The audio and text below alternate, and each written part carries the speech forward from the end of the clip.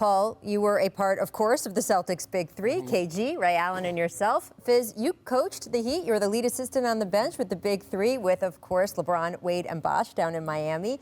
So I have to ask you guys, hearing all of that, including what James just said about adapting his play and changing and becoming a little bit more of a playmaker, what do you guys think the biggest challenge is, Paul, for how this Big Three is going to come together? Well, James said it. I heard him say it a couple times, the sacrifice. He can't be the James Harden that he was in Houston.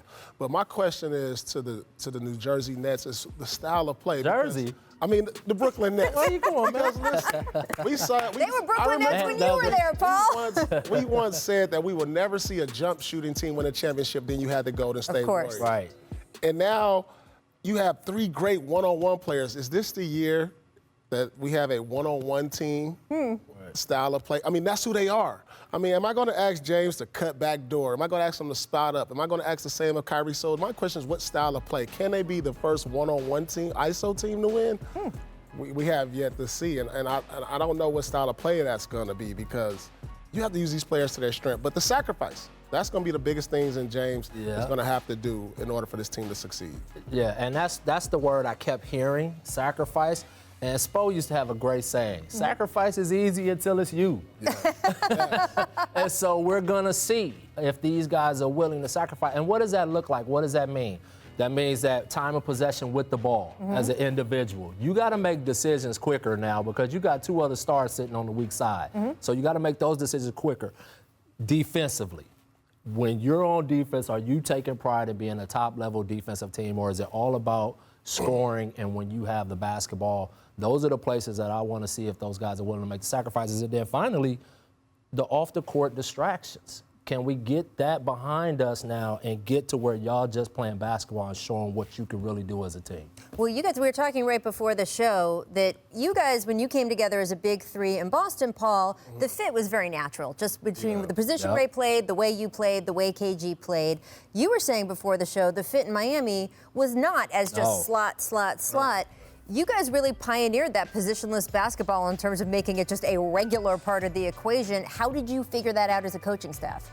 Pain, losing to Dallas, really suffering and having to go through that because Dwayne and LeBron were so dynamic with the similar type of basketball game where they needed that ball in their hands a lot. And ultimately, it did come down to us adapting as a coaching staff, but also when we talk about sacrifice.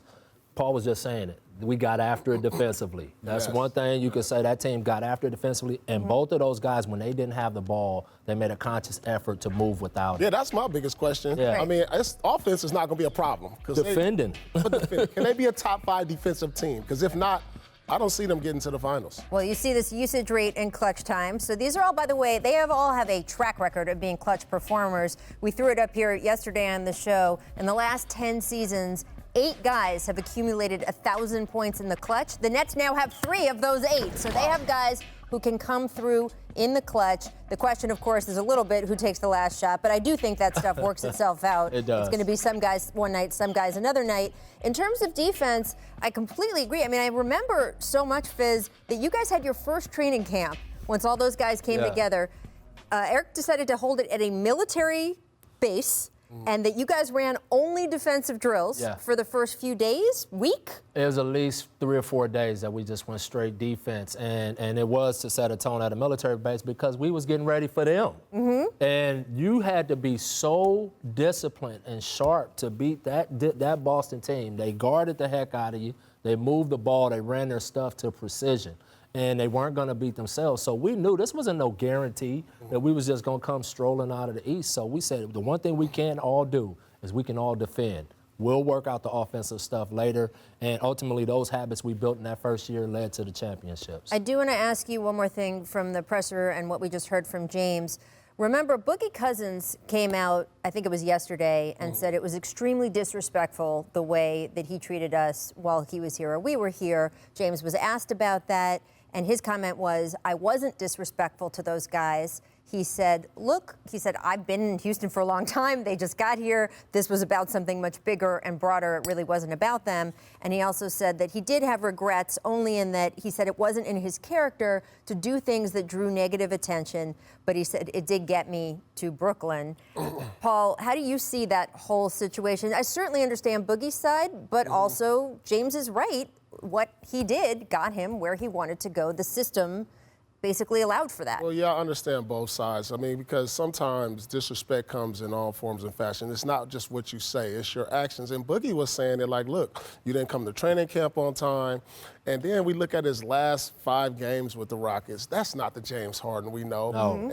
And so in saying that, it was his actions that garnered the disrespect. But on the other side, what James Harden was saying, he was like, you heard him say, I gave him everything. Yep. Right. I gave him everything, and apparently his everything wasn't good enough to bring a championship to Houston. And that's all you can ask for from a player. So I understand his frustration as a veteran in this league, as an all-time player.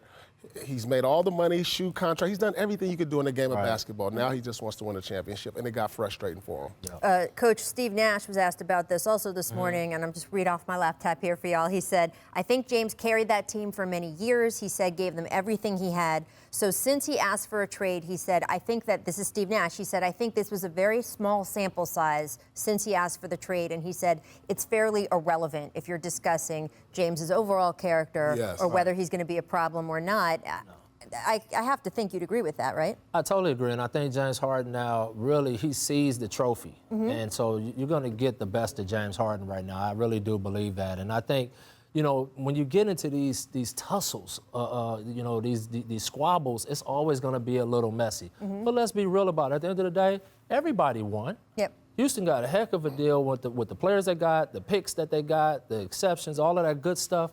And Brooklyn got a hell of a all-time player like he talked about on both sides. In any situation, do we expect a relationship breakup to be smooth all the time? I can't remember one. I mean, you know, that's just the way it is. Thanks for watching ESPN on YouTube. For live streaming sports and premium content, subscribe to ESPN+.